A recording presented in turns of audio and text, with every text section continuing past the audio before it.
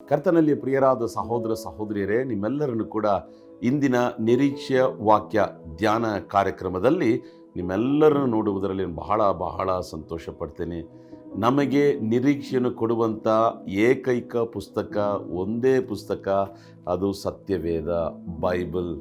ಲೋಕದಲ್ಲಿರುವಂಥ ಸಾವಿರಾರು ಲಕ್ಷಾಂತರ ಪುಸ್ತಕಗಳನ್ನು ಓದಿದ್ರೆ ನಮಗೆ ಮಾಹಿತಿ ಸಿಗುತ್ತದೆ, ತಿಳುವಳಿಕೆ ಅಧಿಕವಾಗ್ತದೆ.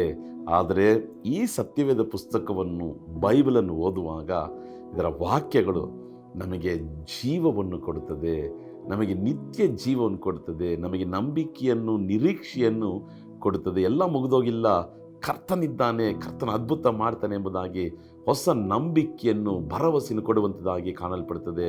ಆ ರೀತಿಯಾಗಿ ನಿರೀಕ್ಷೆಯನ್ನು ಕೊಡುವಂಥ ವಾಕ್ಯ ಪ್ರಲಾಪಗಳು 3ನೇ ಅಧ್ಯಾಯ 22-23. The book of Lamentations chapter 3 verse 22 and 23. ನಾವು ಉಳಿದಿರುವುದು ಯೆಹೋವನ ಕರುಣೆಯೇ, ಆತನ ಕೃಪಾವರಗಳು ನಿಂತು ಹೋಗವು, ದಿನ ದಿನವೂ ಹೊಸ ಹೊಸದಾಗಿ ಒದಗುತ್ತವೆ, ನಿನ್ನ ಸತ್ಯ ಸಂಧತೆಯು ದೊಡ್ಡದು. ಪ್ರಿಯರಾದವರೇ, ಒಂದು ಅದ್ಭುತವಾದಂಥ ವಾಕ್ಯ, ಒಂದು ವಾಗ್ದಾನ, ನಮಗೆ ಭರವಸೆಯನ್ನು ಕೊಡುವಂಥ ವಾಕ್ಯ ಏನಂತ ನೋಡಬೇಕಾದ್ರೆ, ದಿನ ದಿನವೂ ಹೊಸ ಹೊಸದಾಗಿ ಕರ್ತನ ಕರುಣೆಯು, ಕರ್ತನ ಕೃಪಾವರಗಳು ನಮಗೆ ದೊರಕುತ್ತದೆ. Amen, hallelujah. ಇದಕ್ಕಿಂತ ಒಂದು ದೊಡ್ಡ ವಾಕ್ಯ ಈ ದಿನ ಬೇರೆ ಯಾವುದೂ ಇಲ್ಲ ಪ್ರಿಯರಾದವರೇ, ಅಲ್ವಾ? ಈ ದಿನಕ್ಕಾಗಿ ಕರ್ತನು ನಮ್ಮೊಟ್ಟಿಗೆ ಮಾತಾಡುವಂಥ ಒಂದು ಅದ್ಭುತವಾದಂಥ ವಾಕ್ಯ.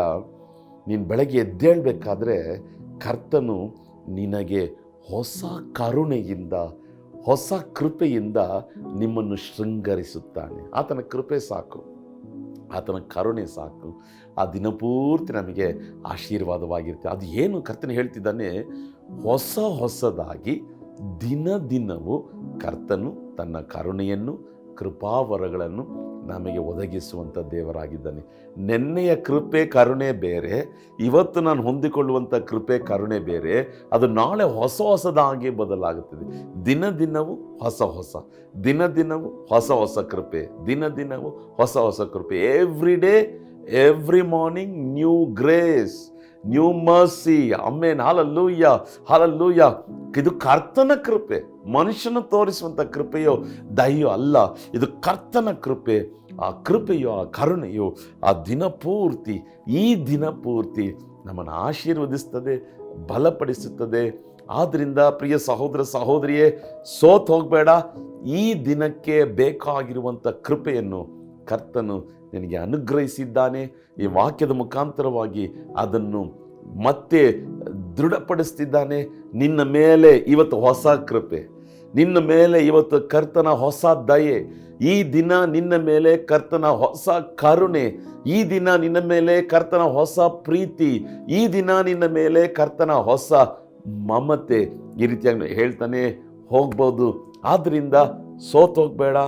ಯಾರಿಗೆ ಈ ಕರುಣೆ, ಯಾರಿಗೆ ಈ ಕೃಪೆ, ಯಾರಿಗೆ ಈ ದಯೆ? ನೈಟೆಲ್ಲ ಕುಡಿದುಬಿಟ್ಟು ಬೆಳಗ್ಗೆ ಎದ್ದಿದ ತಕ್ಷಣ ಹೊಸ ಕೃಪೆಯನ್ನ ಅಲ್ಲ. ನೈಟೆಲ್ಲ ಸಿನಿಮಾ ನೋಡಿ ಬೆಳಗ್ಗೆ ಎದ್ದಿದ ತಕ್ಷಣ ಹೊಸ ಕೃಪೆಯನ್ನ ಅಲ್ಲ. 2 ಗಂಟೆ 3 ಗಂಟೆ ತನಕ ಮೊಬೈಲ್ಗಳನ್ನು ನೋಡಿಕೊಂಡು, ಸಾಮಾಜಿಕ ಜಾಲತಾಣಗಳು ನೋಡಿಕೊಂಡು ಬೆಳಗ್ಗೆ ಎದ್ದಿದ ತಕ್ಷಣ ಹೊಸ ಕೃಪೆಯನ್ನ. ಕರ್ತನಿಗಾಗಿ ಕಾದಿರುವವರು, ಕರ್ತನ ಮೇಲೆ ನಂಬಿಕೆ ಇಟ್ಟಿರುವವರು, ಕರ್ತನನ್ನು ನಂಬುವವರು, ಕರ್ತನನ್ನು ಆರಾಧಿಸುವವರು, ಕರ್ತನೇ ಎಲ್ಲವನ್ನು ತಮ್ಮ ಜೀವಿತವನ್ನು ಸಂಪೂರ್ಣವಾಗಿ ಸಮರ್ಪಿಸಿರುವವರಿಗೆ ಪ್ರತಿ ದಿನ ದಿನ ದಿನ ದಿನ ಹೊಸ ಹೊಸ ಕೃಪೆಯನ್ನು ಕರ್ತನ ಕೊಡುವಂಥ ದೇವರಾಗಿದ್ದಾನೆ. ಆದ್ದರಿಂದ ನಾನು ಕರ್ತನ ಮೇಲೆ ನಂಬಿಕೆ ಇಟ್ಟಿರುವುದರಿಂದ, ಕರ್ತನ ಮೇಲೆ ಭರವಸೆ ಇಟ್ಟಿರುವುದರಿಂದ, ಕರ್ತನನ್ನೇ ನಂಬುತ್ತಾ ಇರುವುದರಿಂದ ನಮಗೆ ನಿಶ್ಚಯವಾಗಿ ಗೊತ್ತು, ಪ್ರತಿನಿತ್ಯವೂ ದಿನ ದಿನವೂ ಹೊಸ ಹೊಸ ಕೃಪೆಯನ್ನು, ಕರುಣೆಯನ್ನು, ಕೃಪಾವರವನ್ನು ದೇವರು ಸುರಿಸುವಂಥ ದೇವರಾಗಿದ್ದಾನೆ. ಕಣ್ಗಳನ್ನು ಮುಚ್ಚಿ ಪ್ರಾರ್ಥಿಸೋಣ. ದೇವರೇ, ಅದ್ಭುತವಾದಂಥ ವಾಗ್ದಾನಕ್ಕಾಗಿ ಸ್ತೋತ್ರ. ಈ ದಿನ ನನಗೆ ಬೇಕಾಗಿರುವಂಥ ಕೃಪಾವರಗಳನ್ನು, ಕರುಣೆಯನ್ನು ನನ್ನ ಮೇಲೆ ಸುರಿಸಿರುವುದಕ್ಕಾಗಿ ಸ್ತೋತ್ರ. ಅದರ ನಿಮಿತ್ತವಾಗಿ ನಾನು ಜೀವಂತವಾಗಿದ್ದೇನೆ ಸ್ವಾಮಿ, ಉಸಿರಾಡ್ತಿದ್ದೇನೆ ಸ್ವಾಮಿ. ನಿನ್ನ ಕೃಪೆ, ಅದಕ್ಕಾಗಿ ವಂದನೆ ಸಲ್ಲಿಸ್ತೇವೆ. ಈ ಕಾರ್ಯಕ್ರಮ ನೋಡುವಂಥ ಪ್ರತಿಯೊಬ್ಬರನ್ನು ಆಶೀರ್ವಿಸು. ಈ ದಿನಪೂರ್ತಿ ಅವರಿಗೆ ಆಶೀರ್ವಾದವಾಗಿರುವಂತೆ ಸಹಾಯ ಮಾಡು.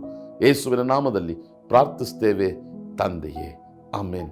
ಬೆಳಗ್ಗೆ ನಾವು ಎದ್ದೇಳುವುದು ಕರ್ತನ ಕೃಪೆ, ಎದ್ದ ತಕ್ಷಣ ಕರ್ತನು ನಮಗೆ ನೀಡುವುದು ಹೊಸ ಕೃಪೆ. God bless you. ಆಮೇನ್.